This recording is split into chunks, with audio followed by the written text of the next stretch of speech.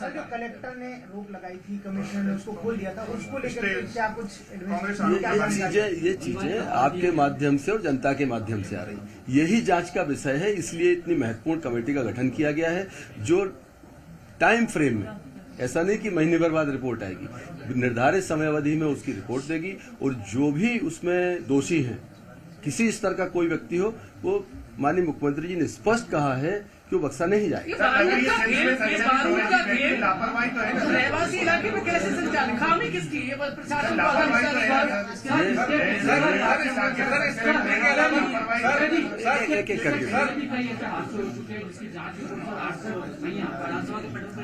ऐसे में आप ये कह रहे हैं कि जांच जल्दी आ जाएगी सर? नहीं, मैं आपको जिम्मेदारी से कह रहा हूँ, माननीय मुख्यमंत्री जी ने त्वरित संज्ञान लेकर जिस तेजी से इनिशिएट किया है, मैं उस भरोसे पर आपको कह सकता हूं कि इस प्रकरण को बहुत गंभीरता से उन्होंने लिया है। शीघ्र जांच का रिपोर्ट आने के बाद उसका निराकरण होगा और ताकत से कार्रवाई होगी।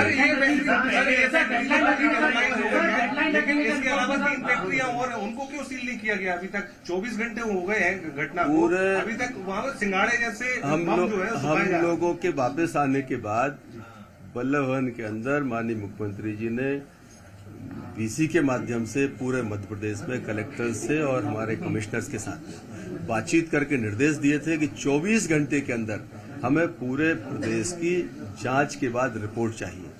वो रिपोर्ट माननीय मुख्यमंत्री जी को टाइमलाइन 4-5 बजे की है शाम की, वो रिपोर्ट मिलेगी और लगातार प्रदेश में जांच के बाद में जहां पर अनियमितताएं हुई वहां पर कार्रवाई भी हुई है और प्रशासन सजग होकर इस पर काम कर रहा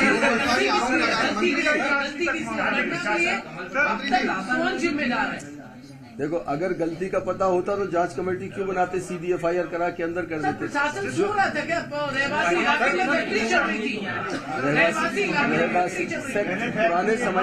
पुराने समय से फैक्ट्री चल रही थी। जो प्रथम दृष्टया जानकारी जो आई थी कि पहले भी जेल में जा चुका था, ये सारी चीजें उसमें आई हैं।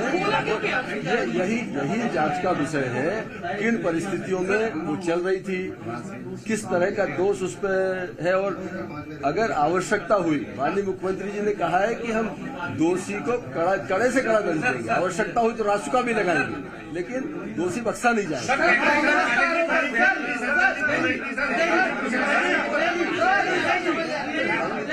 परिस्थितियों में वो चल रही थी, किस तरह का दोष उस पर है, और अगर आवश्यकता हुई, माननीय मुख्यमंत्री जी ने कहा है कि हम दोषी को कड़े से कड़ा दंड देंगे, आवश्यकता हुई तो रासुका भी लगाएंगे, लेकिन दोषी बख्शा नहीं जाएगा।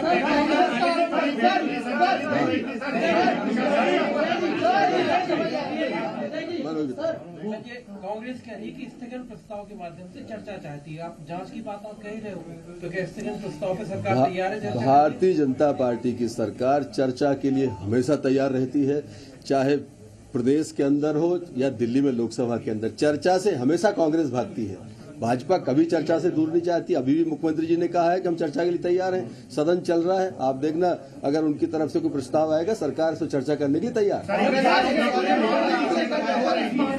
कांग्रेस एक आरोप लगा रही है, उनका अरुण यादव जी का एक ट्वीट भी सामने आया, कहीं ना कहीं किसका ट्वीट आया? अरुण यादव जी का। वो कह रहे हैं कि बीजेपी बड़े नेता का इस पूरे मामले में हाथ है और इसलिए उस पर कार्रवाई नहीं की। किसका संरक्षण? मतलब कांग्रेस सीबीआई जांच की मांग कर रहा है। अगर आप